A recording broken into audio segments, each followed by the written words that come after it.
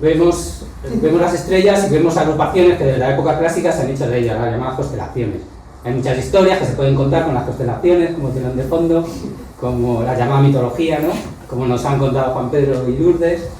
Y también hay otras constelaciones de época más actual, cuando se descubrió el hemisferio austral, pero estas constelaciones nuevas pues no tienen el encanto de la mitología, de esas leyendas de aventuras. Y por último también existen los asterismos, que nos parecen formas peculiares, como el carro de la Osa Mayor, o como veréis, vemos ahí el triángulo de verano. Pero hoy no vamos a hablar de las estrellas, vamos a fijarnos en esos otros objetos. Una nébula, en término actual, podría ser objeto de espacio profundo, aunque también había estrellas dobles que se veían borrosas. Actualmente algunos objetos astronómicos siguen manteniendo el nombre de nebulosa por motivos históricos. En una época cuando no había telescopio y se miraba el cielo a simple vista, en la cual se denominaba nébula, nube o niebla en latín, a cualquier objeto astronómico de apariencia difusa, lo que parecía ser una estrella nebulosa o una región de nebulosidad. A pesar de observarse a simple vista, pues no forman parte de las historias de las cosmologías conocidas y se han mantenido ignoradas por la explicación de la creación del mundo, hasta la llegada de la cosmología moderna.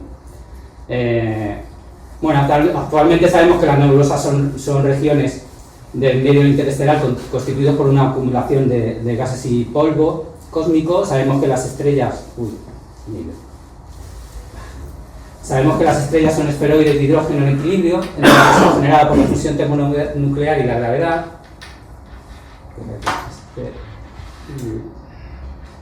Y sabemos que todas las estrellas que vemos a simple vista están dentro de nuestra galaxia. También sabemos que los cúmulos estelares son agrupaciones de estrellas de una galaxia unidos gravitatoriamente, y que una galaxia es una agrupación de todo lo anterior, unido gravitatoriamente en una estructura con forma elíptica o forma espiral o ninguna forma regular.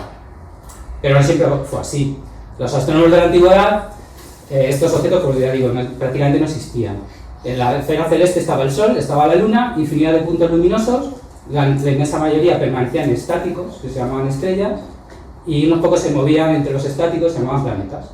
Y también existía una franja luminosa, la Vía Láctea, y unos objetos efímeros como los cometas y las estrellas fugaces. Y así fue durante milenios, generaciones y generaciones de astrónomos agruparon esos puntos luminosos y las clasificaron por su brillo, el aparente. Bueno, para mantener la tradición se crean catálogos de estrellas ordenadas por constelaciones y por magnitud aparente, aunque esto no indica que las estrellas que las componen tengan nada en común, simplemente que se ven cerca unas de otras desde nuestra perspectiva, en la que no podemos ver la distancia real a la que se encuentran. Los nombres de las estrellas proceden de nombres griegos y árabes en su mayoría, de los nombres de las constelaciones del latín. Pero y esos números, M tal, NGC cual, IC no sé qué, HIP tantos, ¿de dónde salen estos nombres? Pues desde uranometría, desde uranometría se utiliza un sistema en el cual las estrellas más luminosas de una constelación se llama alfa, y la siguiente beta, y así sucesivamente, siguiendo el alfabeto griego, seguido del genitivo latino del nombre de la constelación. El Betelgeuse se cataloga como alfa o Ionis. Y cuando se añaden estrellas más débiles y se acaban las letras griegas, pues se empiezan a utilizar los números normales, ¿no? Enumerando las estrellas de oeste a este. Así que Betelgeuse se llamaría también 58 Orionis. Pero empezamos por el principio. En el siglo II, Claudio Ptolomeo hizo un catálogo de las estrellas del cielo en el libro llamado Síntesis de Gran Matemática. Síntesis et megales matiques, megales, ¿no? Pues megalítico, piedras grandes, pues megales de gran matemática, ¿no? Una composición de gran matemática. Y tenía 1022 estrellas fijas, entre ellas anotó 7 objetos nebulosos, que los tenéis aquí. Él los anotaba como una nube en la rodilla derecha del cisne, y se ha identificado como que eran las dobles visuales omega 1 y 2 de cisne. O una nube rodeando el pecho de Cáncer, y se ha identificado con el cúmulo de Pesebre. O pues, aquí las tenéis, ¿no? Esto está en los tomos 7º y 8º del libro, de este libro, y se supone que fue una revisión del catálogo realizado por Hiparco de Nicea en el siglo -2, o sea, 4 siglos antes. Y luego Boecio posiblemente efectuó una traducción del griego al latín en el siglo V. Y luego el califa de Bagdad lo mandó revisar y traducir al árabe en el siglo IX, y se llamó Al-Magisti. Gerardo de Cremona lo tradujo del árabe y latín en el siglo XII en el catálogo conocido con el nombre en castellano de Almagesto. Bueno, Almagisti y Almagesto es como un nombre, al en árabe al, y Magisti, majestuoso, ¿no? Es grande, ¿no? Y es por eso por lo que se conocen los nombres árabes de las estrellas, porque Gerardo de Germán no puso los nombres griegos originales, sino los dejó con los nombres árabes que había puesto este persa. Y tras la guerra de Bizancio llegaron también copias, y ya estamos en el Renacimiento, claro, que se tradujeron directamente del griego al latín. Así que ya veis que entre el medievo y el Renacimiento hubo un montón de copias de lo que se conoció como Almagesto, pero que era este original de Ptolomeo. Luego, en el siglo X, Abderramán Az-Zofi escribe el libro de las estrellas fijas, el cual revisa el Almagesto con la tradición persa e incluye nuevos objetos nebulosos. Aquí tenéis, por ejemplo, la galaxia de Andrómeda, una pequeña nube delante de la boca de un gran pez, o el buey blanco, que es la gran nube de Magallanes. Es que desde el imperio persa había zonas que estaban bastante al sur y ya se veía la nube de Magallanes. En el siglo XIII, Alfonso X encarga una recopilación de todo el conocimiento astronómico y libros del saber de la astronomía, en donde se introduce una octava esfera para las estrellas nebulosas. Ya sabéis que estaba la Tierra y luego había una esfera para... estaba la Tierra, que era el centro, ¿no? Y luego una esfera para Venus, o sea, para Mercurio, otra para Venus, otra para la Tierra y el Sol, otra para Marte, Júpiter, Saturno, la séptima para las estrellas, y luego pues Alfonso X puso la octava, por eso se dice lo del séptimo cielo, ¿no? Porque ahora la octava para las estrellas nebulosas. El manuscrito que contiene 6 tratados, y veis aquí, pues el primero es el libro de la octava esfera, y hay libros, pues eso, de astrolabios, de esferas anulares, de cuadrantes, de relojes, de todo. Y bueno, este libro se encuentra en la biblioteca de la Universidad Complutense de Madrid, que procede de la biblioteca fundacional de la Universidad Complutense Cisneriana, la que fundó Cisneros en Alcalá de Henares. Y fue pasando de rey en rey, desde Alfonso X hasta Fernando I, más conocido por el católico, que se lo vendió a Cisneros para que lo utilizara para la biblioteca original. Así que lo podéis ver en la biblioteca de la Universidad Complutense, en la de Madrid. Claro. En el siglo XVI, Tycho Brahe, en su preparativos de la renovada astronomía, Astronomiae Duratae Profundimas parece, incluye 1004 estrellas fijas con un orden de magnitud mayor en la precisión. Ya sabéis que Brahe tenía muchos medios, digamos que tenía un observatorio, era un castillo, y tenía muchos medios para medir con precisión. Entonces, tiene una mayor precisión que solían tener los catálogos hasta la fecha. Y entre ellas incluye 6 nuevos objetos nebulosos. Que, bueno, este ya estaba, el del Pessebre, que ya estaba en el de Az-Zofi, pero estos 6 más adicionales. Y bueno, en el siglo XVI, Galileo Galilei utiliza un instrumento naval, el anteojo, y descubre una infinidad de estrellas remotas en la franja conocida como Vía Láctea. Así que las esferas de Aristóteles se empiezan a palmar. Nos plantamos en el siglo XVI con 17 objetos de cielo profundo. Sin telescopio no tenemos capacidad para ver, a pesar de tener buenos cielos, para ver mucho más. Así que los astrónomos de la antigüedad y la Edad Media se perdieron en ese espectáculo de cúmulos, galaxias y nubes de gas. En el siglo XVII, Johann Bayer imprime el láser uranometría, medida del cielo, con las posiciones y magnitudes de todas las estrellas conocidas por primera vez en ambos hemisferios. El título completo es Uranometría, conteniendo las cartas de todas las constelaciones delineadas usando un nuevo método y grabados en placas de cobre. Esto también es una novedad: 51 placas de cobre con las 48 constelaciones de Ptolomeo, la placa 49 con las constelaciones nuevas del hemisferio sur y las 2 últimas con planisferios del hemisferio norte y sur. Y cada placa va perforada, veis que tiene unos agujeritos, y entonces la idea era que se ponía así, se sujetaba con las manos y hacías coincidir cada estrella en los agujeros, y tiene una precisión de fracción de grado, para que era bastante... Y claro, utilizó el catálogo de Tycho Brahe, que el Tycho Brahe tenía 1004 estrellas, entonces como puso estrellas que venían del hemisferio sur, provenientes de Pedro de Medina y de Américo Vespucio, hasta un total de 1200, o sea, casi 200 estrellas más del hemisferio sur. Y también en el siglo XVII, Johannes Hevelius escribe un catálogo, Prodromus Astronomiae, con 1564 estrellas listadas en 73 constelaciones. Es que se va descubriendo, según se va explorando la parte austral, pues se va reflejando también. Y con la mejora de los telescopios se empieza a verificar que no solo hay estrellas, sino también objetos nebulosos. Y de repente nos encontramos con dos catálogos, uno en inglés y otro en francés, que se llaman igual Catálogo de nebulosas y cúmulos de estrellas. Uno es el del siglo XVIII de Messier, que resultó ser un conjunto de 110 objetos diferentes, como nebulosas, cúmulos abiertos, cúmulos globulares y galaxias, pero eso Messier no lo sabía. Messier simplemente era un cazacometas, y lo que pues París normalmente el cielo está como ahora aquí, siempre, ¿no? Entonces lo que no quería perder eran noches, porque aunque parezca mentira, un objeto de cielo profundo se podía confundir perfectamente con un cometa, con los telescopios, entre paréntesis, que había antes. Y entonces tenías que estar esperando a ver si se movía para saber si era un cometa o no. Entonces si perdías 3 noches, por ejemplo, para ver si se movía, pues claro, fíjate. Entonces él se iba notando las manchas que veía ahí para decir, pues este no es un cometa y pasar a otra cosa. Y luego en el siglo XIX, los Herschel, William, Caroline y John, su hijo, publican primero el catálogo de nebulosas y cúmulos de estrellas, el CN, que son 2.500 objetos de cielo profundo, y luego el catálogo general de nebulosas y cúmulos de estrellas, el GC, que luego se amplía con el nuevo catálogo general, el NGC, y el catálogo índice, IGIC, y suman más de 12.000 objetos. Todos objetos, todos estos conocidos a principios del siglo XX, que no podían identificarse ni con estrellas ni con cometas, y habían desbordado pues todas las expectativas. Fijaros cómo vamos creciendo, ¿no? Los distribuyeron en 8 grupos: nebulosas brillantes, tenues, muy tenues, planetarias, muy grandes, cúmulos muy compactos, dispersos y muy dispersos. Y ya dio el nombre de nebulosa planetaria a aquellas nebulosas que con los telescopios de la época aparecían como sistemas solares como el nuestro, ¿no? En formación.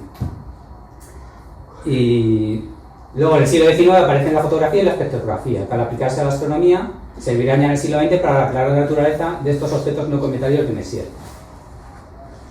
Y bueno, luego, solo como curiosidad, que es un catálogo muy reciente del año 1995, está el catálogo Caldwell, que incluye 109 objetos de espacio profundo más brillantes, cúmulos, nebulosas, galaxias y supernovas, de ambos hemisferios ordenados por declinación.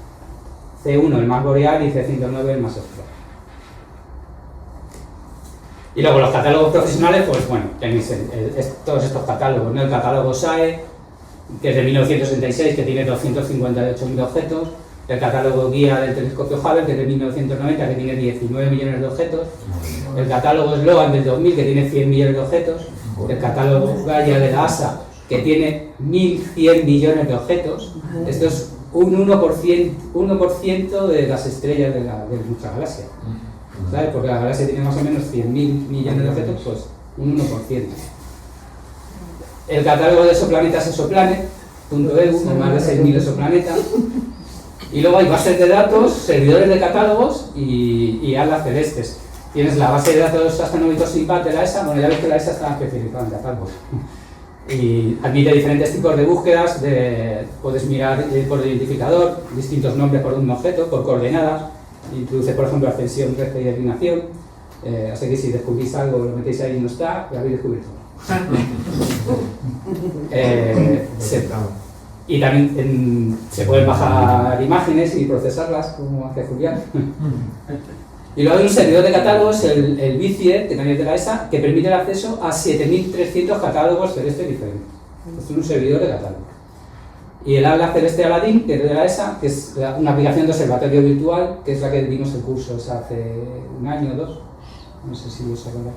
Sí, pero sí. Bueno, pues más allá de los catálogos. Ya hemos pegado un rapasillo de los catálogos y ahora vamos a la chicha. Aquí bien. Pues bueno, desde el siglo XIX, pues podemos crear un registro de los astros, una imagen y el espectro de los objetos celestes que observamos. Quería destacar a estas dos personas, a Joseph Niepce y a Joseph Fraunhofer, que en la década de 1830 consigue imágenes que no se desvanecen rápidamente con una cámara oscura portátil con lentes para enfocar. Vamos, lo que llamamos una cámara de fotos. Y Fraunhofer, que en 1814 identifica 476 rayas negras en el espectro de la luz del Sol, y puede decirse que funda la astrofísica. Los astrónomos ahora pueden realizar medidas de los objetos que observan en el cielo, que ya no se llama cielo, ahora se pasa a llamar espacio, más allá de la posición angular y el brillo que teníamos con los catálogos hasta entonces. Pues podemos ahora determinar la composición química, la densidad, la temperatura, de qué están hechas, lo que habíamos dicho, ¿no? Qué son las nébulas, cuál es su velocidad radial, la distancia, la edad y la expansión del universo. Vamos a ir viendo. Bueno, con respecto a la posición angular, ya antes de la fotografía, en el siglo XVIII, Edmund Halley, el del cometa, comparó las medidas de posición disponibles en su época. Las medidas disponibles en el XVIII seguían siendo de posición angular, todavía no se conocía la distancia a los objetos, de tres de las estrellas más brillantes del firmamento, Aldebarán, Arturo y Sirio, con las medidas de posición que están registradas en el Almagesta. Ya lo que hizo, de comparar las del siglo II de nuestra era con las del siglo XVIII. Y al compararlas descubrió que la diferencia entre la posición que lo observaba en 1718 y la posición que estaba registrada en el Almagesto era tan grande que no podía tratarse de un error observacional. Era de medio grado. En esos 1500 años, las tres estrellas se habían movido. Hasta... Ay, perdonad. El tamaño de la luna se había movido. Por eso no podía haber sido un error observacional, por mucho que hubieran pasado 1500 años. Hasta entonces las estrellas se consideraban fijas en el firmamento, que es lo que significa la palabra firmamento, cielo firme y estable. Y ni siquiera Galileo o Newton habían dudado de que no fuera firme y estable. Así que sí, supuso que si estas tres estrellas eran de las más brillantes, probablemente también fueran de las más cercanas, y por tanto estrellas en las que mejor se podía medir ese desplazamiento. Y también supuso que el resto de estrellas también se mueven. Tuvo suerte porque ya veis que aquí esto es Aldebarán, esto es Arturo y esto es Sirio. Y estas son las distancias a las que están: 8 años luz, 36 años luz y 65 años luz. La magnitud, bueno, por ahí. Se compensa la distancia con el tamaño que tiene. Que Sirio no es que sea pequeñita, porque mira, comparar Sirio con el Sol, pues tampoco es que sea pequeñita. Entonces, ¿qué es lo que sucede? Bueno, claro, todo está muy bien, pero si tenemos que esperar miles de años para poder comparar la posición que observamos con la posición de los catálogos, pues no vamos a solucionar nada. Entonces, con la fotografía y la espectrometría registramos la posición y su espectro y nos damos cuenta de pequeñas variaciones en tiempos más cortos. Cualquier aficionado puede medir el desplazamiento propio, que se llama, de una estrella nombrada como estrella voladora por Giuseppe Piazzi en 1792, la cual se desplaza cada año 5 segundos en dirección noroeste. Y esta estrella, que es la doble 61 Cygni, también fue la primera estrella que se pudo medir a qué distancia está mediante paralaje por Friedrich Bessel en 1838. ¿Veis? Aquí, bueno, no lo veis, pero va moviéndose, aquí va cambiando el año.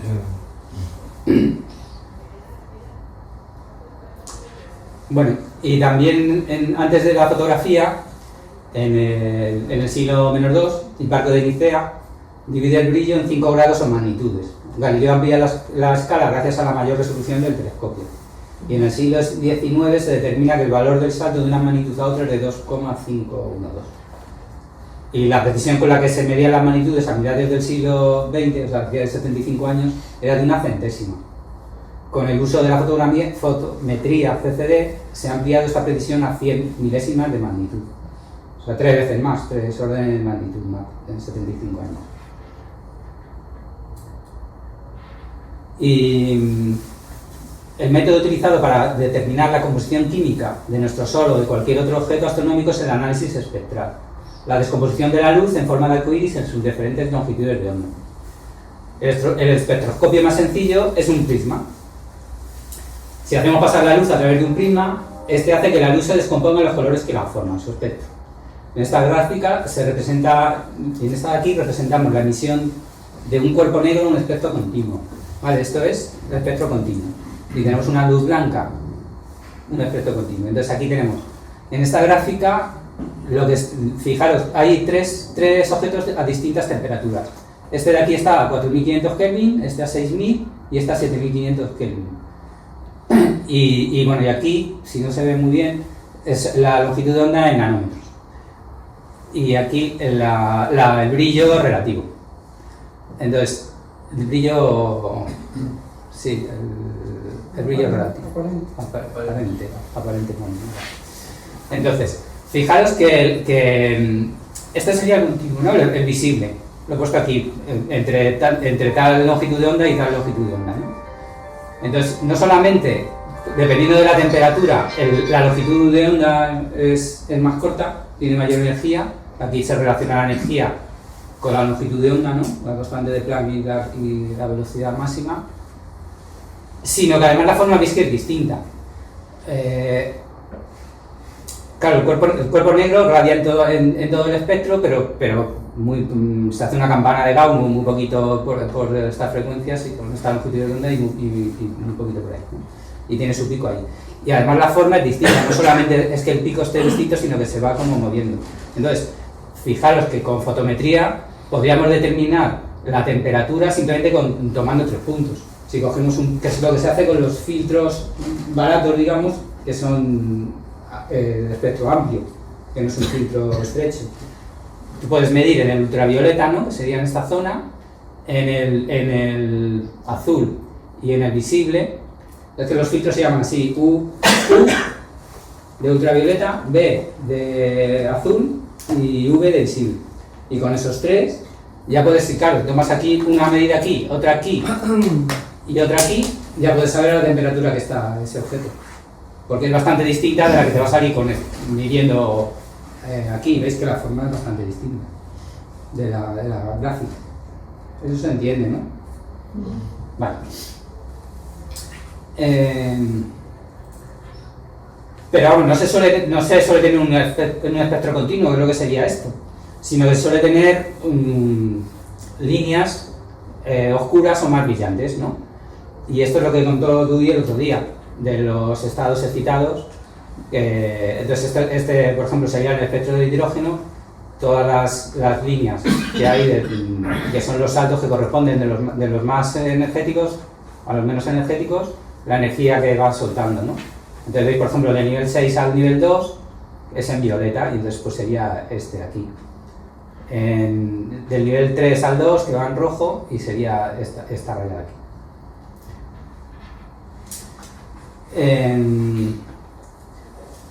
Bueno, vamos a ver, ¿por qué os he puesto este dibujo aquí? Esto es un bueno, hay un librito que se llama así, que está muy bien, y cuenta las conferencias que daba este señor Faraday todas las navidades. Daba una conferencia en un teatrillo, y entonces explica muy bien, él lo explicaba muy bien, porque si tú pones una vela, que sería el espectro continuo, ¿no? Sería la luz blanca.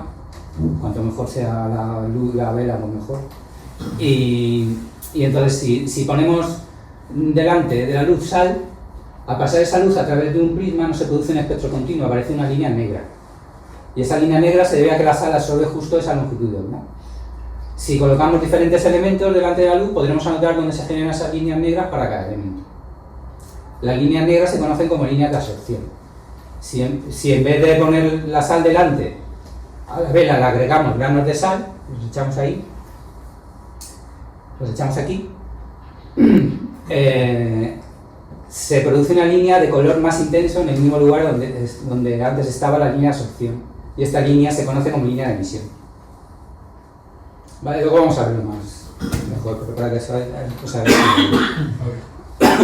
Entonces, la intensidad de estas líneas se relaciona con la temperatura y la densidad de un elemento en un objeto astronómico. ¿Cómo diferenciamos si hay mucha cantidad de ese elemento o es que está a más temperatura? Por lo que hemos dicho antes, ¿no? Gracias a la curva del espectro continuo. ¿Vale? Si la curva nos coincide con una que está tipificada de esta manera, pues ya sabemos la temperatura. Y si el brillo se debe a la densidad, es porque hay más abundancia de ese elemento. Y luego la posición de las rayas nos dicen qué elemento es. ¿Vale? Pues ya sabemos. Composición química, densidad y temperatura.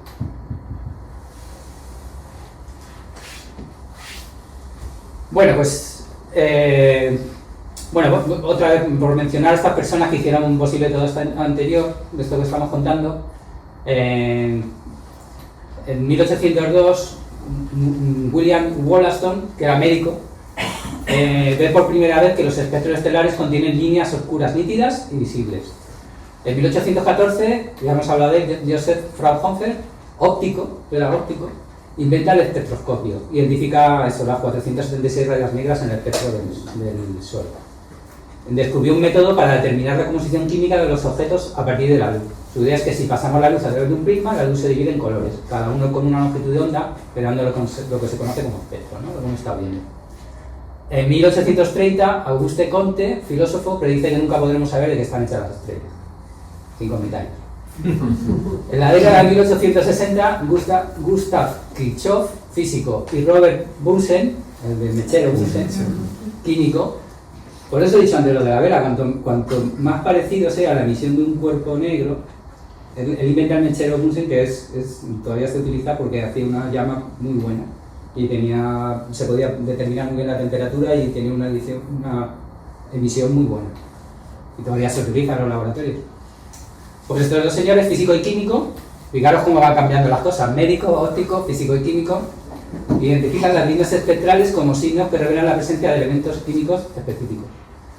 En 1920, Menkan Saha, astrofísico, ya es astrofísico, relaciona la intensidad de las líneas de absorción con la temperatura y la composición química de una estrella y sienta las bases para los actuales modelos físicos de estrellas. Vale, lo de las estrellas de tipo O, B, todo esto. Y en 1925, Cecilia Payne, astrónoma, utiliza el espectro de la luz de las estrellas y determina su temperatura y concentración química. Lo que hemos dicho, ¿no? La temperatura y la concentración química. Y encuentra que el hidrógeno y el helio son sus componentes principales. Demuestra que el hidrógeno no solamente es lo más abundante en las estrellas, sino también en el universo. El trabajo de Payne se basaba en el de Saha y demuestra que las estrellas como nuestro Sol se componen principalmente de eso, ¿no? de hidrógeno y helio y pequeñas cantidades de elementos químicos más pesados. Y bueno, el resultado de esta tesis fue ridiculizado. Se pensaba que la composición química de las estrellas era similar a la composición química de la Tierra, pero bueno, poco tiempo después se hizo evidente que estaban los ciertos. Bueno, en la década de 1860, William Huggins aplicó en su época reciente descubrimiento de las líneas espectrales y empezó a estudiar el espectro no solo de estrellas, sino también de las nébulas. Ya vamos llegando.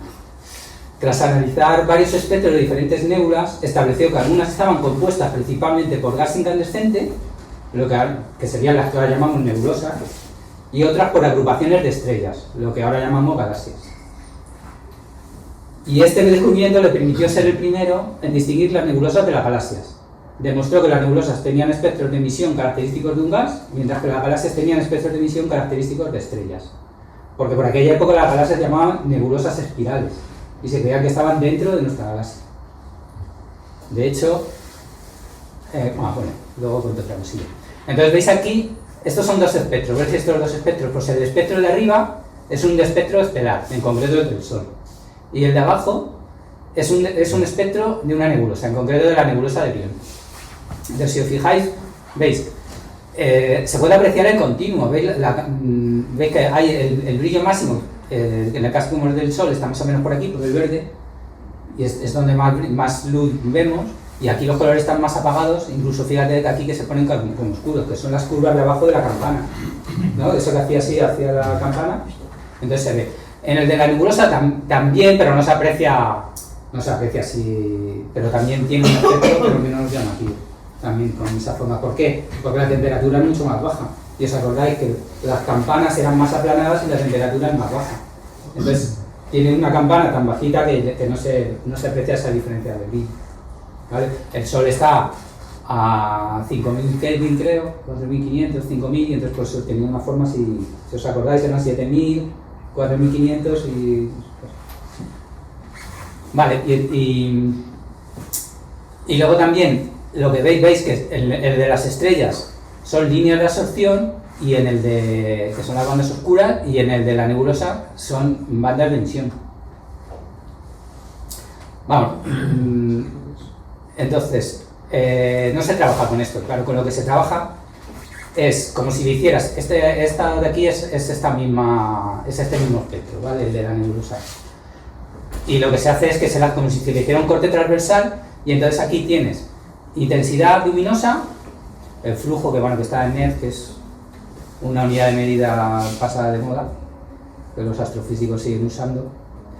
Y esto es la intensidad de la luz y esto es la longitud de onda. Entonces veis, el color, en lugar de ponerlo más brillante, lo que te hacen es que te dice cuál es su valor, y por eso hay esos picos. Entonces veis que tenemos picos aquí en el H alfa. Luego vamos a ver un poco qué es eso del H alfa. Pero tenéis H alfa, H beta, H gamma, H epsilon, o sea, H1, 2, 3, 4, A, B, C, D, E, pero en griego, ¿vale? Y son los saltos que hemos visto antes en la diapositiva anterior, ¿vale? Que esta sería la serie de Palmer. Ahora luego vamos un poquito hacia ahí. Y luego también, es que no sé si lo veis bien, tenéis otra serie de rayas que se ven que están aquí entre corchetes. Por ejemplo, el oxígeno 3 entre corchetes, ¿sabes? O el nitrógeno 2 entre corchetes. O el azufre 2 entre corchetes. Bueno, los que hacéis astrofotografía os sonará a eso, ¿no? Que ponéis filtros estrechos de 20 nanómetros o así, depende del dinero que te gastes, y para filtrar estas rayas, ¿no? Y te pone por oxígeno o H alfa, oxígeno 3, pero entre corchetes, oxígeno 3. ¿Por qué? Porque estas transiciones son prohibidas. Y ahora explicamos un poco qué es eso de transiciones prohibidas. Las transiciones permitidas, digamos, son las que tenemos puestas en las series estas, series de Balmer, series de Lima, y son las que corresponden a... Son líneas de recombinación. Cuando tenemos un átomo ionizado significa que ha perdido ganados electrones. De hecho, el proceso se llama fotoionización y os sonará a todos por el efecto fotoeléctrico, ¿no? Que los fotones golpean a un electrón, le transmiten su energía y ese electrón se escapa. Y entonces el átomo se queda, en el caso del hidrógeno, un hidrógeno es un protón, no obviamente un protón, pero bueno, si tiene un neutrón o dos neutrones, sería deuterio o tricio, pero bueno, tienes un protón y un electrón, ¿no? Si le quitas el electrón, se queda solo el protón, tiene carga positiva, eso es lo que se llama ion, ¿no? Entonces, ese ion, ese electrón, bueno, está el ion por ahí y el electrón por ahí, ¿no? Y se ha excitado porque le ha bombardeado un fotón, le ha golpeado, y ahora se vuelve a recombinar. Pierde el electrón, pierde energía y se recombina. Y entonces esos saltos, claro, no se va a ir directamente al nivel más bajo, puede ir o al nivel más bajo y entonces te saldría una línea de esas del hidrógeno de la de serie de Lima, que sería más alta, o con mayor energía.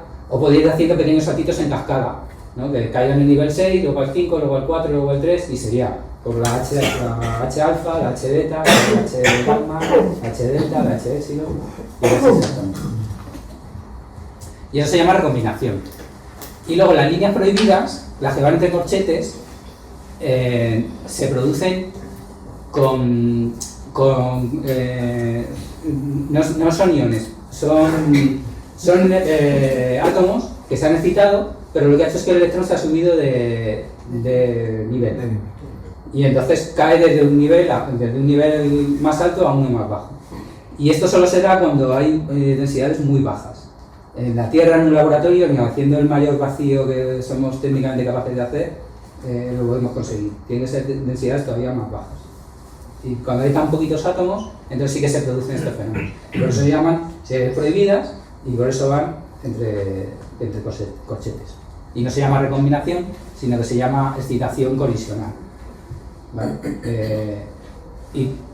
Y no son con fotones, son con electrones. Con esos electrones que hemos dicho antes que habían perdido los átomos, se habían convertido en iones, pues esos electrones golpean a los otros átomos y como no tienen tanta energía como los fotones, pues lo que hacen es que no le arrancan el electrón, pero sí que sube de nivel. Bueno, de hecho, son tan líneas prohibidas que los científicos de aquella época tardaron muchísimo tiempo en darse cuenta, y cuando veían estas rayas, esta por ejemplo, creían que habían descubierto un elemento nuevo y le llamaron nebulio. Nebulio. Porque estaba solo presente en la nebulosa.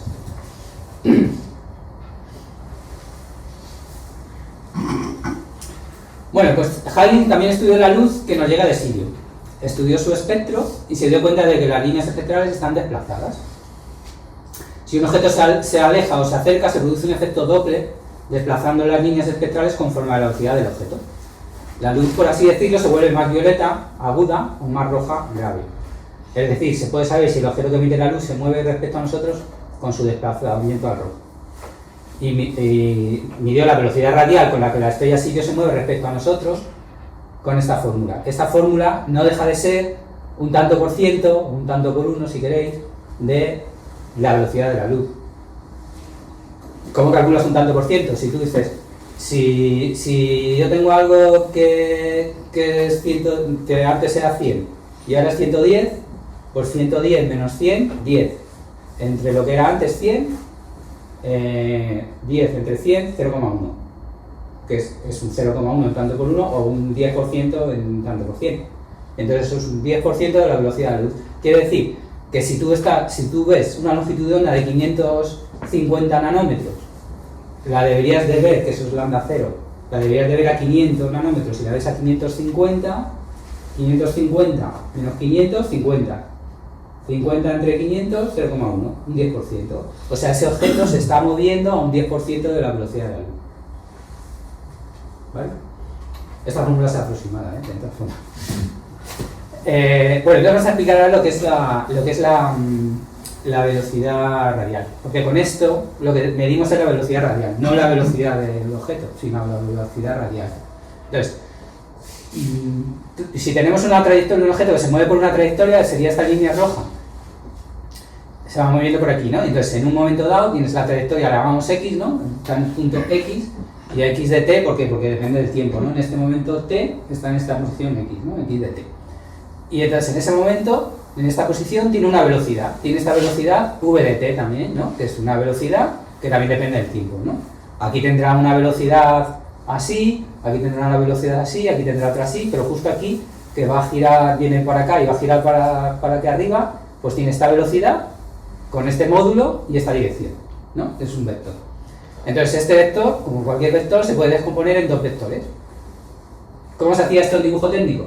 Se cogía el compás, desde el observador poníamos aquí la aguja del compás, trazábamos una circunferencia por el punto y el radio sería la velocidad radial, ¿no? Porque es el radio, ¿vale?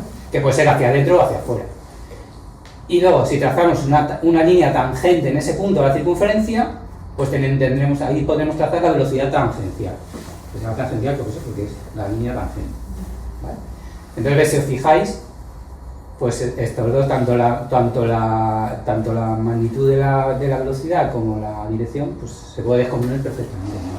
Entonces, la velocidad tangencial es la que llamamos la velocidad propia de una estrella, que es la que vemos trazar en el cielo, ¿no? Cuando se está moviendo, y la radial pues es hacia nosotros o hacia afuera, acercándose o alejándose.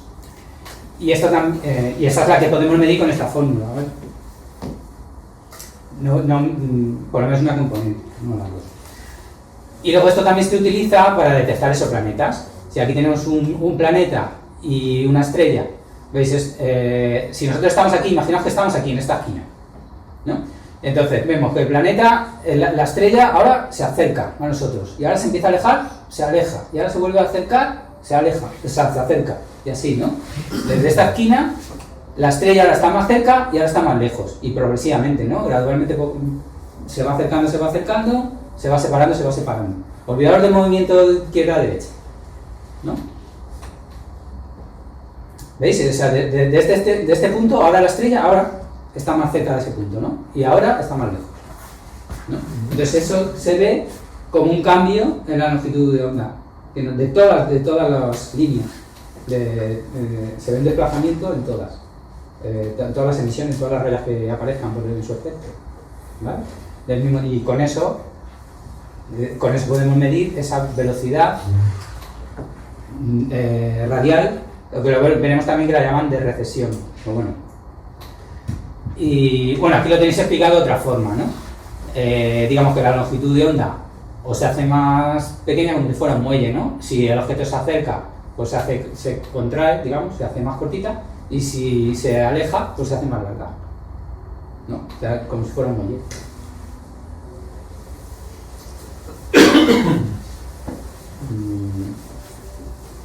Bueno, entonces Huggins, pues evidentemente midió la velocidad radial de Sirio, pero claro, sus medidas no eran correctas.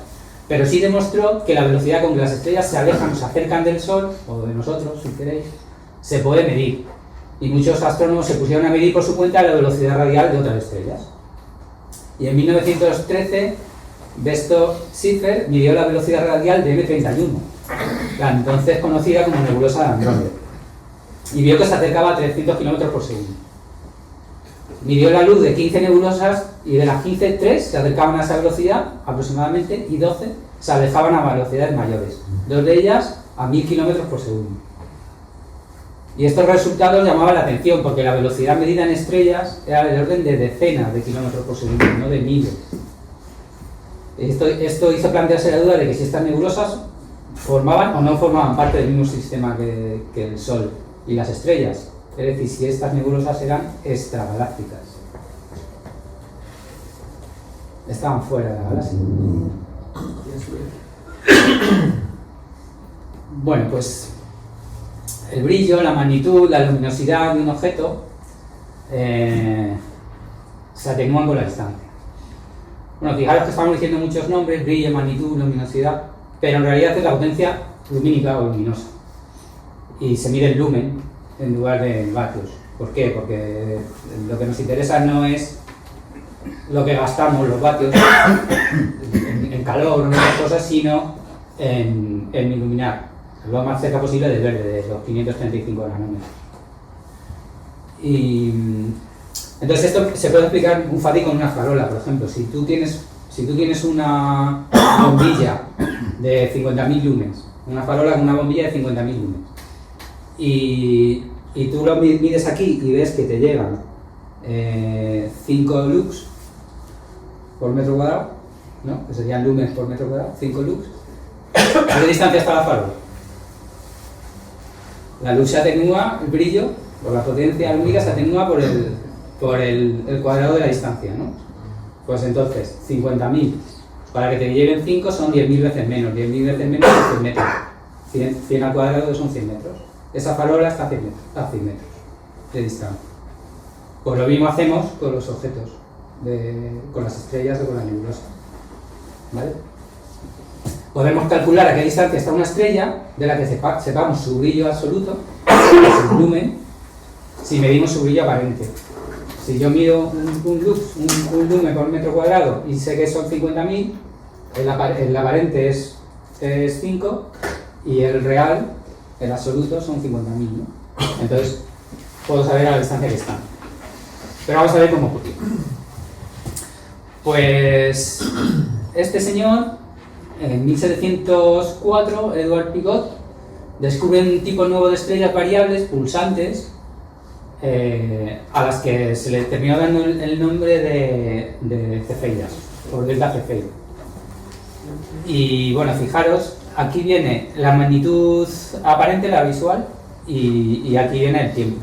Entonces, empieza esta estrella, empieza con magnitud, bueno, las magnitudes van de primera, segunda, tercera y cuarta magnitud, como los billetes de tren, de avión. O sea, 4 es cuarta, o sea, es peor magnitud, es más barata, es cuarta que primera magnitud, o como los equipos, como la liga de fútbol. Primera es mejor que segunda, ¿no? Pues igual. Es que muchas veces confunden que empiece con 4 o vaya 3, está aumentando, porque vale cuarta, tercera, ¿vale? Está aumentando. Entonces, de cuarta magnitud va perdiendo a 4,3 y luego de repente sube a 3,5 y luego otra vez vuelve a bajar hacia 4. Y esto se va repitiendo, va haciendo como si fueran latidos, ¿no? Como si fuera un tic de reloj, un latido. Y bueno, este señor Picot lo descubrió en una estrella, en Eta Aquilae, Así que a lo mejor las cefeidas se tenían que haber llamado alquileras, en lugar de cefeidas. Bueno, en 1908, Henrietta Leavitt, utilizando la fotografía, también publicó un trabajo con 1777 estrellas cefeidas, unas pocas, en las que relacionaba el brillo con el periodo de pulsación. A mayor brillo, mayor periodo de pulsación. Estas son sus gráficas. Bueno, luego había cefeidas de tipo 1 y cefeidas de tipo 2, por eso le salen dos pulsaciones distintas.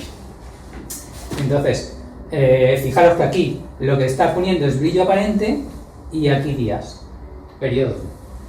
Y bueno, ella iba notando aquí los puntitos, son las cifras que le salía, que bueno, dijo, pues nada, esto es una línea recta. Pero bueno, sí que fue una línea recta. Una vaca también.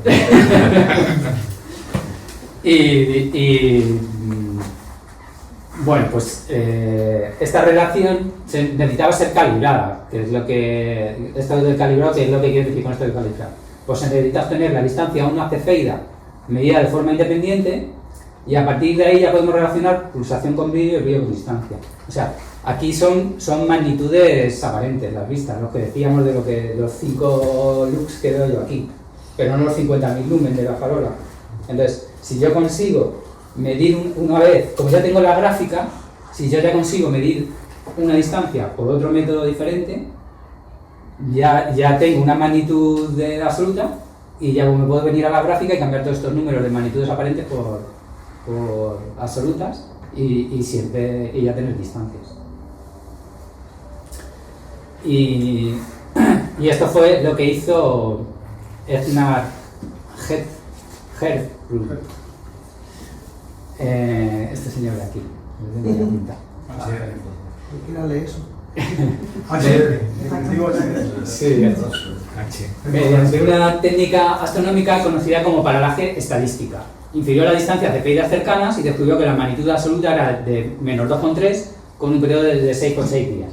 Y con este dato calibró la gráfica y obtuvo que la pequeña nube de Magallanes estaba a 33.000 años luz. En realidad está bastante mal, estaba a 200.000 años luz. O sea, se equivocó por mucho, pero bueno, pues claro, estos datos, pues bueno.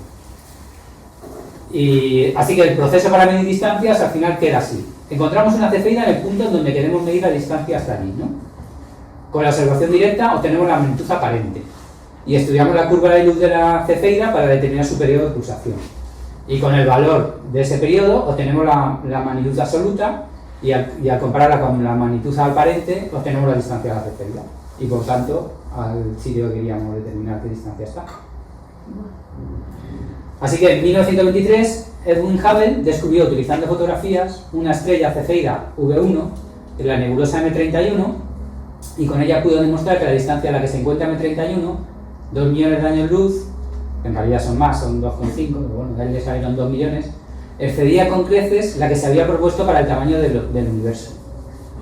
Y observaciones, bueno, hubo una conferencia científica conocida por el Gran Debate, en la que se daban tamaños de entre 30.000 y 300.000 años luz para el universo. Y aquí salían millones. Y las observaciones posteriores confirmaban estas medidas. Muchas de las nebulosas conocidas estaban incluso más lejos que M31. Y eso significaba que el universo no es solo la Vía Láctea, que hay objetos fuera de la Vía Láctea. Las nebulosas espirales son nebulosas extragalácticas, que no es un nombre que me haya inventado yo, sino que es el nombre utilizado por Hubble en su artículo, una relación entre la distancia y la velocidad radial en las nebulosas extragalácticas. Ese fue el artículo en el que expuso eso. Así que las nebulosas espirales son galaxias, como la Vía Láctea, la cual no es más que una galaxia entre otras muchas galaxias. A partir de 1923, hace un siglo, el universo ya no se compone de multitud de estrellas, se compone de multitud de galaxias.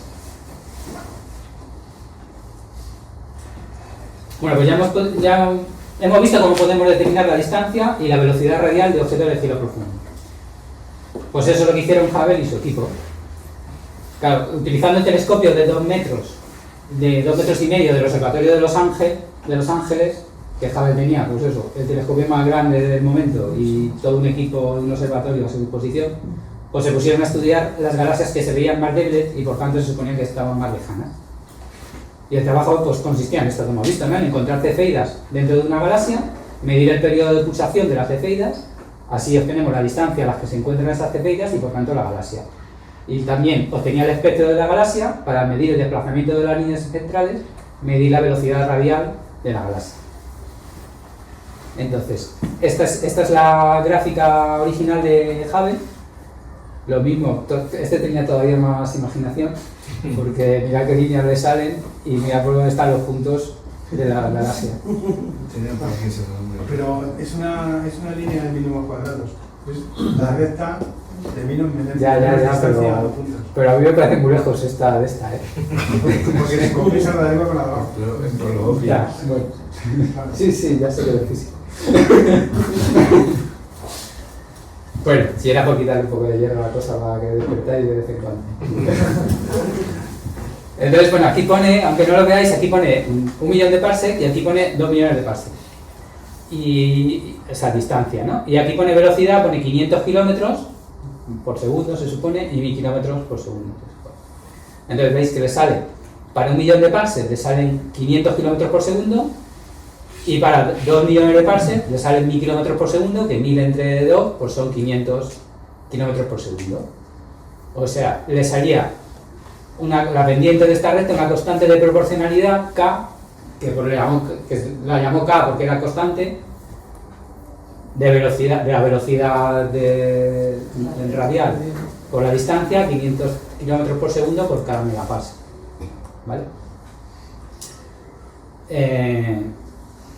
Bueno, pues al relacionar distancia con velocidad, pues eso, digo que están correlacionadas. Y que si una galaxia está 10 veces más lejos, pues va 10 veces más rápido, ¿no?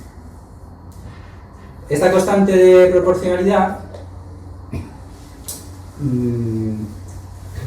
bueno, un millón de parsecs son 3,26 millones de años. Bueno, bueno, es que no sé por dónde seguir explicando. Bueno. Hubble, o sea, este señor Hubble no fue el que le llamó constante de proporcionalidad. Él nunca hablaba de expansión, él hablaba de dispersión de la materia. Fue Lemaitre el que habló de expansión. Si hablamos de una tasa de expansión, claro, porque esto es lo que quiere decir es que, claro, si los objetos cuanto más lejos están, mayor velocidad tienen, eso te da la idea de que esto se está expandiendo. Y si se está expandiendo, eso quiere decir que cada vez es más grande, y eso quiere decir que si damos la vuelta a la película para atrás, que antes era más pequeño. ¿Vale? Y entonces si vamos para atrás, un megaparsec, cuando estaban juntos, cuando todos los objetos estaban juntos, ¿cuánto había tardado estar separados dos objetos que estaban juntos, estar separados un megaparsec? ¿Cuánto tiempo hubieran tardado? Pues si hubieran tardado un megaparsec, que son 3 por 10 elevado a 22 metros, dividido por los 500 kilómetros por segundo, que son 5 por 10 elevado a 5 metros por segundo, por 3,5 por 10 elevado a 7 segundos que tiene cada año. Entonces se nos van los metros con los metros, los segundos con los segundos, el año que está dividiendo pasa arriba multiplicando y nos salen unos 2.000 millones de años. Que eso sería la edad del universo y sería también en años luz el tamaño del universo.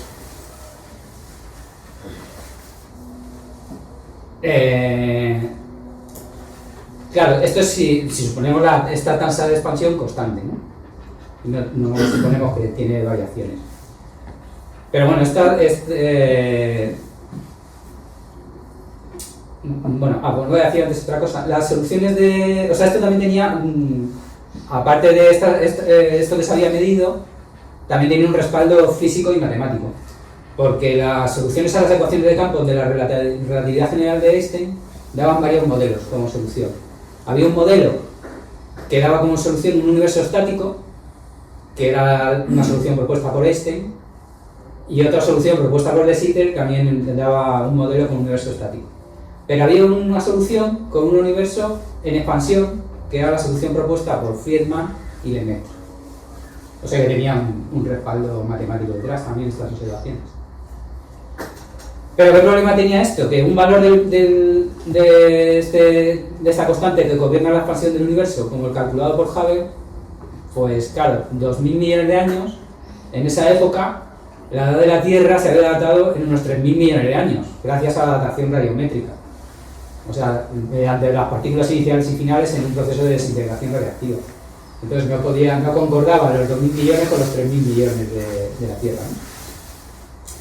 Bueno, esto al final se resolvió porque en la actualidad hay medidas bastante más precisas y están ahora alrededor de 70 kilómetros por segundo por megaparsec, que dan una edad aproximada de 13.800 millones de años. Y eso es lo que se conoce como edad de Hubble. ¿Veis? Y entonces, esta constante dejó de llamarse K y empezó a llamarse H por Hubble y 0 porque es la de ahora, la actual, ¿vale? Si le ponéis un cerillo, es que es la actual. Y entonces, si le damos la vuelta, igual que hemos hecho antes, 1 partido por H0, pues salían eso, los 13.800 millones de años. Y ahora fijaros en esta gráfica. Fijaros que luego la vamos a recordar.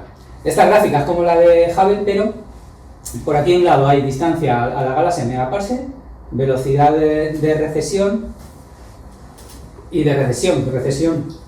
La palabra recesión, además de significar que van mal las cosas económicamente, también significa separación, ¿vale? Cuando dos objetos receden, quiere decir que se separan, ¿vale? La velocidad de recesión y la velocidad de separación. ¿Vale?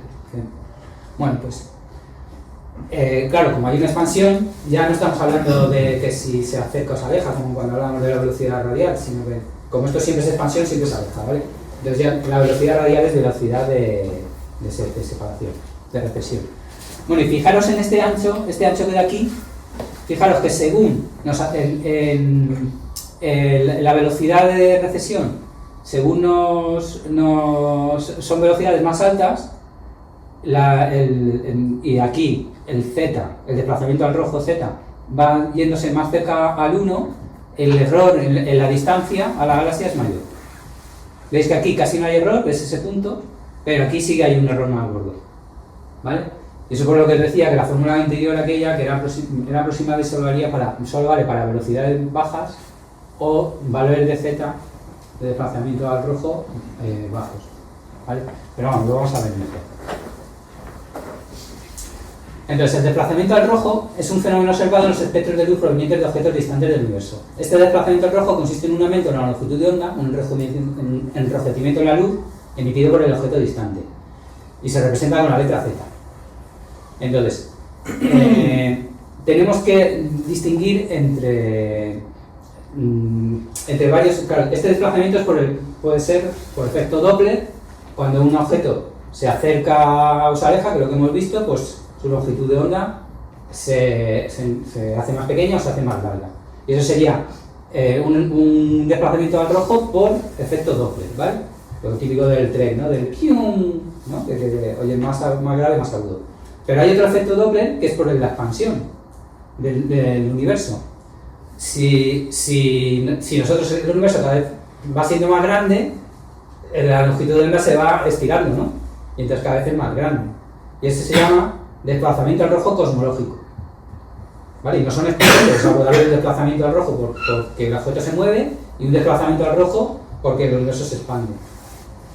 Y luego hay un tercer desplazamiento al rojo, que es el gravitatorio, que es cuando estás cerca de algo que tiene mucha gravedad, por ejemplo, lo típico así más llamativo de un agujero negro, estás cerca de un agujero negro y entonces como el tiempo se dilata, se hace tan eterno, pues digamos que a ti te llega un pulso, una longitud de onda, y la siguiente tarda mucho más en llegar, y la siguiente, y al final no te llega ninguna, y es que de hecho la longitud de onda se aplana, se estira y se hace infinita, ¿no? Y eso también es otro desplazamiento al rojo, ¿no? La longitud de onda se estira, pero porque el tiempo se hace eterno, ¿no?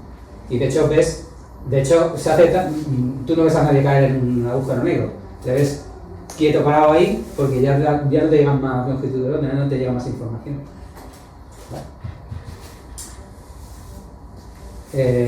Bueno, pues nosotros vamos a hablar del desplazamiento al rojo cosmológico, ¿vale? Ni del gravitatorio ni del Doppler.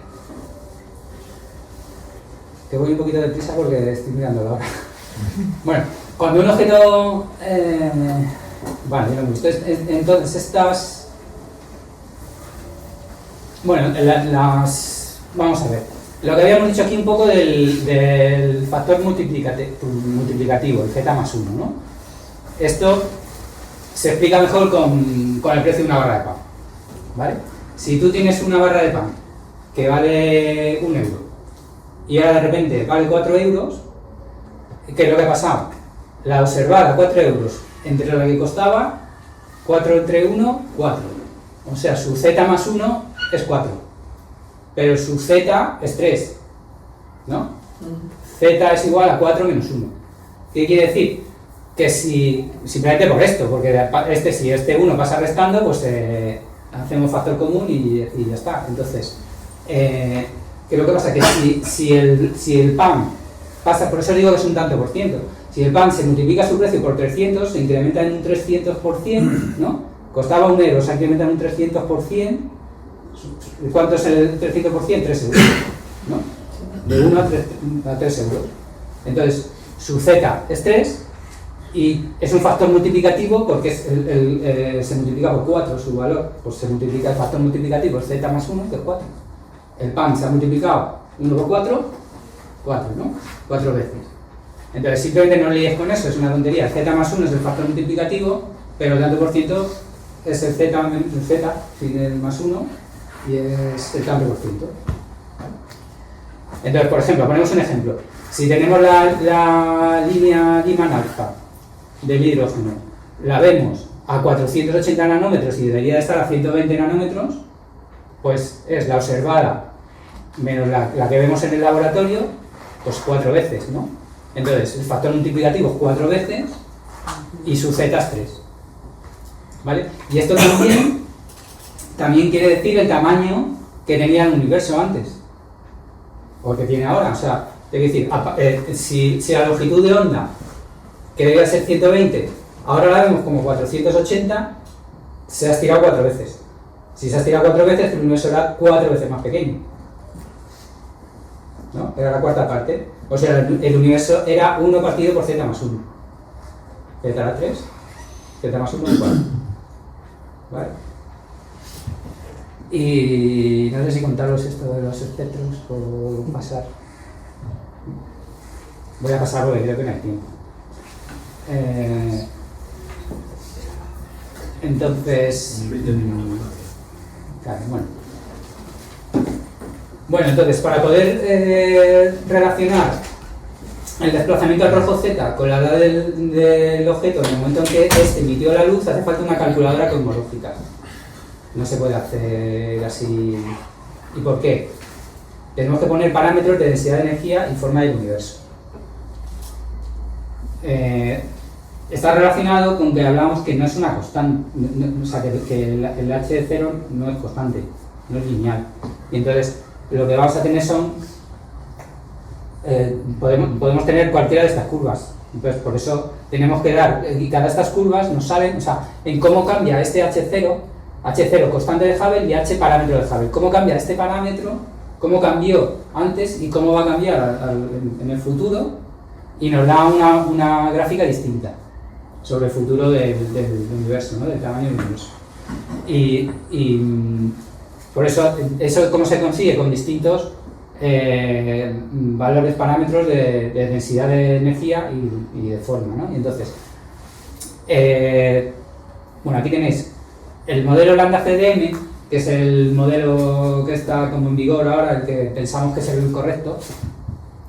La lambda quiere decir energía oscura, que la energía oscura es lo que hace que el universo se expanda. Y CDM viene de cold dark matter, o sea, materia oscura fría, que fría quiere decir que no nos valen ni los agujeros negros ni los neutrinos, por ejemplo, ¿no? Porque esos son calientes, o sea, tienen mucha energía. Y entonces, si este modelo lo que da es una densidad de materia de un 0,3 repartida entre bariónica y materia oscura, la que no vemos, de un 26 y un 4, ¿vale? De ese 30%. Y un 70% de energía oscura, ¿vale? O sea, prácticamente todo es energía oscura. Y con ese modelo nos sale la raya rosita esta, veis que nos sale esa gráfica, en la que primero veis que la expansión, ¿no? Lo que hemos ido siempre, la expansión, el Big Bang, no sé qué, muy acelerada, luego se queda como muy lineal, y ahora justo a partir del momento en el que vivimos, que es aquí, el cero, de repente se empieza a acelerar a lo bruto. Pero otro tipo de concentraciones de materia y de energía pues nos dan curvas o más aceleradas, como esta azul, o curvas que se cierran. Empiezan a acelerarse, pero justo a partir de este momento se empiezan a encoger.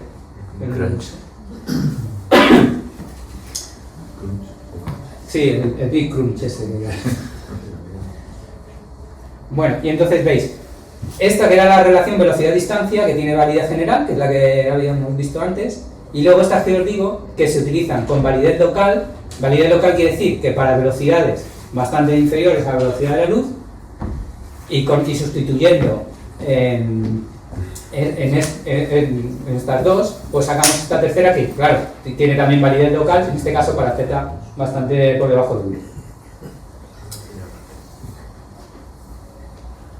Y luego, aquí veis, claro, hemos hablado antes, esto de la VP, que es la velocidad peculiar de cada galaxia. La peculiar, la que tiene cada galaxia, ¿no?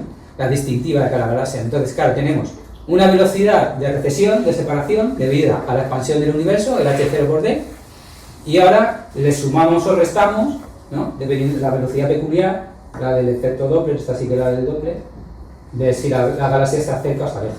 Dependiendo de qué distancia estemos hablando, un sumando es más importante que el otro. Si son galaxias muy lejanas, la velocidad peculiar de la galaxia prácticamente va a dar igual, y casi toda la velocidad que veamos va a ser por la expansión, ¿no? Porque fijaros que la velocidad se va incrementando en 70 kilómetros por segundo por cada megaparsec. Si vamos sumando megaparsec, pues cada vez tenemos más velocidad. Y entonces deja de ser menos importante la velocidad peculiar de la galaxia. Pero si está muy cerca, pues predomina la velocidad peculiar de la galaxia frente a la expansión.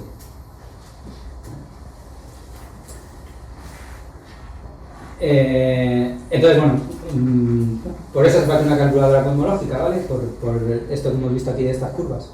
Y entonces, bueno, simplemente por hacernos una idea, Z0 corresponde a un objeto de tiempo cosmológico aproximado de 13.800 millones de años, y 1 partido 1, 1 partido Z más 1, 1 más 0, 1 partido 1, el tamaño actual, es decir, ahora, ¿no? En este momento. Z igual a 1 corresponde a una edad de unos 5.800 millones de años, y 1 partido por Z más 1, o sea, 1 más 1, un medio del tamaño actual. Hace unos 7.000 millones de años con una edad de 5.800 millones, ¿no? Y Z igual a 20, por ejemplo, sería una edad de 200 millones de años y un tamaño de 1 partido por Z más 1, o sea, 1 partido por 21 del tamaño actual. Y eso hace unos 13.600 millones de años. Bueno, pues ya hemos prácticamente acabado. Ya solo nos queda un ejemplo. Venga, a ver si somos capaces de resolverlo. Entonces, tenemos una galaxia en el supercúmulo de Olorogium. Una de estas que no tiene nada mitológico ni nada ahí bonito, de las nuevas del hemisferio occidental. La línea espectral que en el laboratorio tiene lambda 0 igual a 500 nanómetros se observa desplazada al rojo con una lambda de 533. Y nos piden calcular la velocidad de recesión, de separación de la galaxia. Bueno, pues cogemos nuestra formulita aproximada, Z igual a la que vemos, dividido entre la que deberíamos ver, quitándole 1, ¿no? 533 entre 500 menos 1, 0,066, ¿ves? Un 6,6% de la velocidad de la luz. Bueno, un 6,6, ¿vale? Un 6% sería Z. Y ahora dice, entonces, la velocidad de recesión sería Z, esa Z, el 0,066 por la velocidad de la luz, pues ahora sí, el 6,6% de la velocidad de la luz, 19.800 km por segundo. Se aleja 19.800 km por segundo. Y ahora nos piden calcular la distancia a la galaxia. Pues volvemos a coger... ¿Kilómetros por hora cuántos son? ¿El qué? ¿Kilómetros por hora? Sí, kilómetros por segundo. Kilómetros por segundo. Kilómetros. Y vemos que esta fórmula la podemos usar porque nos sale 0,066, que es bastante menor que 1, ¿no? Que lo que decíamos, tenía validez si z era bastante inferior a 1. Y ahora nos piden la distancia a esa galaxia. Pues cogemos la velocidad de recesión que hemos calculado, 19.800 km por segundo, y lo dividimos por h0, que son 70 km por segundo por megaparsec. Y nos salen 283 megaparsec, que son 922 millones de años luz. Esa galaxia está a 922 millones de años luz.